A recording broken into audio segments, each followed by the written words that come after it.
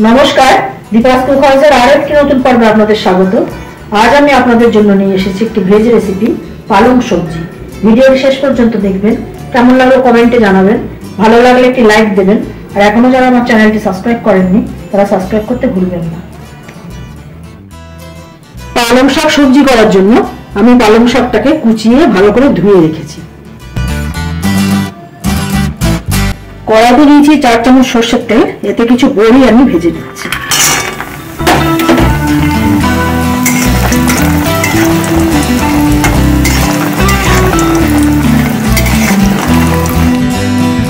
বড়িটা ভাজা হয়ে গেছে, এবার আমি কুচিয়ে রাখা কিছু বেগুন ভেজে নিচ্ছি।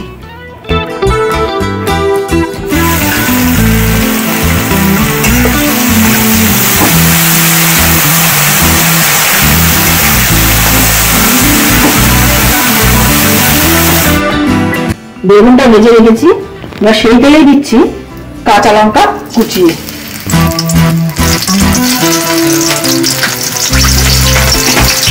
এবার কিছু আলু আমি এতে ভেজে নেব।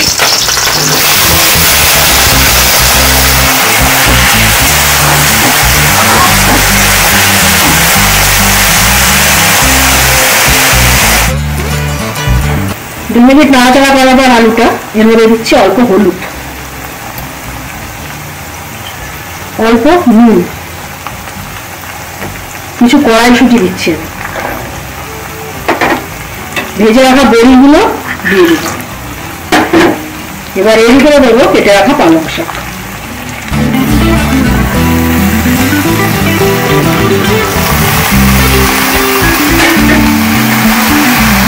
এটাকে ঢাকা দিয়ে কিছুক্ষণ হতে দেবো।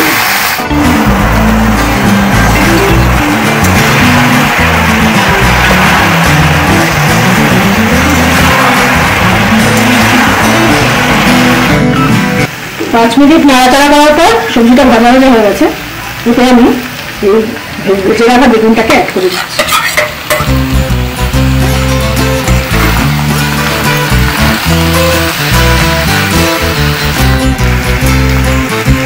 এবারে তো অল্প একটু চিনি দিয়ে দিলাম।